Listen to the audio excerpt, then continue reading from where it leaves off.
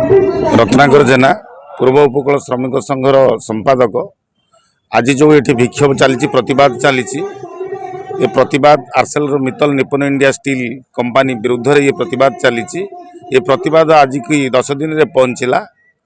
आज जो गेट सामने प्रतिवाद चली ये भितर जो प्रतिवाद चली घंटे लेखा प्रतिवाद चली आमर कंपनी कर्तृपक्ष को सेटा देखागलानी कि शुभिलानी न शुभा जो गेट सामने आज विक्षोभ करिया को पड़िला। आज प्लांट भितर 2 घंटा धरिकी परमिट पाइबार 2 घंटा आमर कार्य बंद आंदोलन चालू रहिबो। एको जदि देखिपारे कंपनी कर्तृपक्ष शुभनी ये आंदोलन को तीव्रतर करा जिवो एवं आंदोलन को उग्र रूप दिया जिवो। सेथिपाई कंपनी कर्तृपक्ष दायी रहिबे। आज जो कंपनी कर्तृपक्ष ये श्रमिक शोषण नीति अवलंबन करिसंती ये जो श्रमिक न्याय्य अधिकार को दवापाई कि जो पछगुंचा दौरान समय आसव निश्चय दवा पड़ो।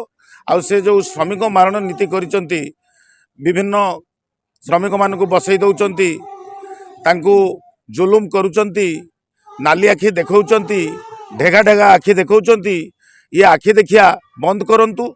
श्रमिकर हक दवापाई निजको प्रस्तुत करंतु एवं श्रमिक को तार हक दियंतु।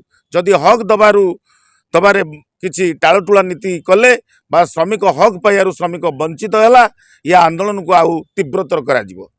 अभिमन्यु बेहेरा साधारण संपादक पूर्व उपकूल श्रमिक संघ जो प्रतिवाद आमर चली दीर्घ 10 दिन धरिक प्रतिवाद चली समस्त श्रमिक भाई माने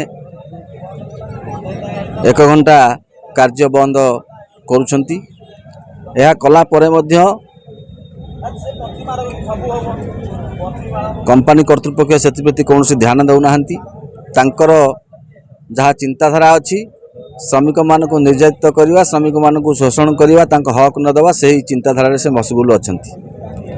तेणु आमे आज ये जो पद्धति आमर थिला ये पद्धति को आम परिवर्तन करिचु। वर्तमान यूनियन जनरल बॉडी मीटिंग रे पास होईची आज ठारू 2 घंटा कार्य बंद रहिबो।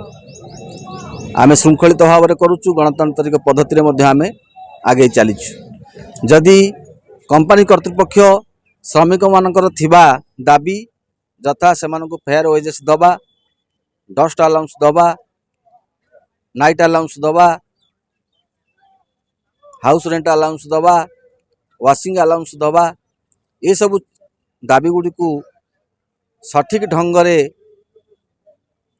विचार न करती एवं तत्सहित सबुठारु गोटे बड़ समस्या होउची जे एठारे ट्रेड यूनियन को अलाउ न करिबा एटा गोटे सबुठारु बड़ दुश्चिंता होउची खराब चिंताधारा होउची कंपनी। भारत सरकार नीति रही जोटी शिल्प हम से ट्रेड यूनियन एक्ट रही ये जो नीति नियम रही सरकार नीति नियम रही ये जो कंपनी एठारे निजर नीति नियम एठारे आरंभ करने जाउछंती एटा केबे चलिबो नाही। ये चिंताधारा से निवृत्त रहा दरकार एवं ट्रेड यूनियन एक्ट 1926 अनुसार ट्रेड यूनियन रजिस्ट्रेशन होईची एवं एटी यूनियन रहिबो। यह संविधान नियम या कंपनी कर्तृपक्ष भावुंट भारत संविधान को बोधे से कंपनी कर्तृपक्ष परिवर्तन करदेवे। तेणु मु रिक्वेस्ट करुच्ची आमर प्रशासनिक अधिकारी मानू एठाकार एडीएम हुंतु कलेक्टर हुंतु मुख्यमंत्री आम राज्यर मुख्यमंत्री हुंतु सबु महोदय मानकर दृष्टि आकर्षण करुचु समस्ते कंपनी कर्तृपक्ष को निर्देश दियंतु जे ट्रेड यूनियन को एठारे अलाउ करी श्रमिक मानकर जो मौलिक अधिकार गुड़िक रही से गुड़ी को यूनियन सहित बसी आलोचना करंतु तार सुसमाधान करंतु। जदि सुसमाधान न करिवे ताले ये जो आंदोलन होउची ए आंदोलन बेल को बेल तीव्रतर रूप नब। आज जो श्रमिक भाईटी आसिक एठी गेट रे प्रतिवाद करुच्ची काली ये श्रमिकर एठी जो 1200 रु 1500 श्रमिक भाई माने ये ट्रेड यूनियन सहित सामिल अछंती तार एंटायर परिवार को लेकिरी 10,000 छोट ठारू बड़ पिला पर्यंत समस्त 10,000 लोक आसिक आम प्लांट पाखे बसिया बाध्य हबू। आउ से कंपनी कर्तृपक्ष दायी रही।